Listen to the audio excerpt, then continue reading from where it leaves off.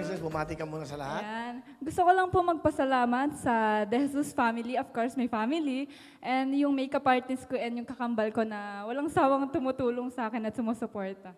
Okay. Ano na-feel mo ngayon? Kasi alam mo, 24 million yung ating subscribers ng Twitter, combination niyan, YouTube at syempre ng Facebook. Hindi pa kasama yung nanonood sa television, may GMA Pinoy TV pa.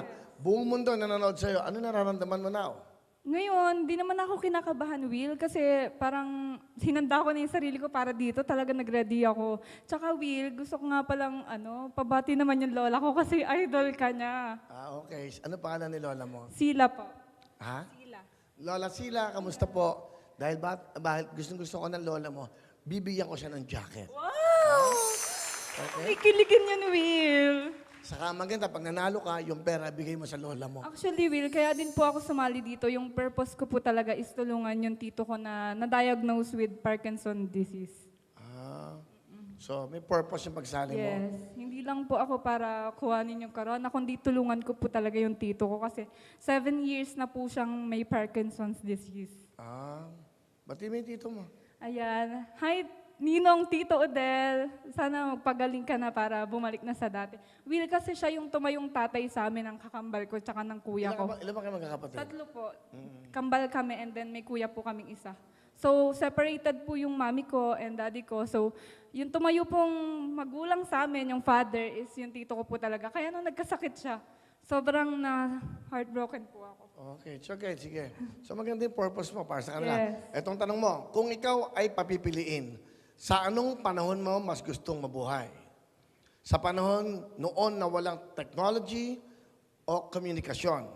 Pero masaya ang lahat pag nagkikita-kita. Naalala mo noon, di ba? Pag magkikita kayo sa isang lugar, wala namang cellphone pa, walang lahat, pero nagkukwentuhan kayo. Pero masaya ang lahat pag nagkikita-kita. O sa panahon ngayon na sobrang dali ng communication, pero naman hindi naggaano nagkikita-kita ang mga tao. Well, mas pipiliin ko pa rin yung ngayon, Will, kasi ako po, lumaki ako na nasa ibang bansa yung magulang ko for more than 20 years na. So, kung babalik ako sa dati, hindi ko siya gaanong nakakausap noon kasi wala namang technology, wala namang cellphone, wala namang messenger. So ngayon, mas pipiliin ko pa rin yung ngayon kasi kahit naman hindi kayo nagkikita, kahit miles away pa yung pagitan nyo, basta may technology, pwede nyo makommunicate yung isa't isa. And Will, ang technology talaga, isa siya sa nagiging connection ng mga tao para magkasama-sama. And through technology, of course, pwede mong ipahiwatig yung mga gusto mong gawin and ipakita sa buong mundo yung pinaglalaban mo. So I would choose yung ngayon. That's right. So tama naman, dahil eto na, dito na tayo nabubuhay ngayon. Yes, Kung of walang course. cellphone, walang Viber, walang Facebook, walang YouTube, wala lahat yan.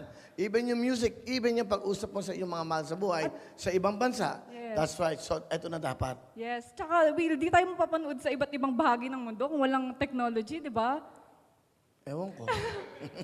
Kasi nung panahon naman noon, remember, nakapunta ang first man in the moon, si Yes. Neil Armstrong.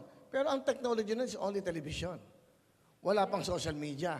Wala pa lahat. Pero during that time, meron nang ganun katindi ang technology. Ibig sabihin, television lang ang nakakapagpakita. Pero Will, di ba mas pinadali yung buhay natin through technology? May advantages at may disadvantages yan. Meron naman nasisira dyan. Di ba? Katulad ng mga fake news. Di ba? Naninira ng kapwa nila, ng loloko. Di ba? Yes. Kaya may advantage, may disadvantages din yan. Di ba? Opo, tama. Okay, para sa'yo, mas maganda naman yung sabi mo, kahit yung nanay mo kasi, nakakausap pa pag nasa Yes. ibang bansa. Thank you very much. Candidate number 2, Thank you. Princess Shaina Borlangan. Good luck, Princess.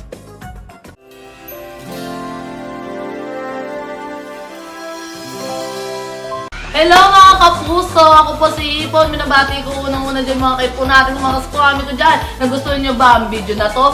Marami pa kaming inanda para sa inyo. Mag-subscribe lang sa Wowin YouTube channel.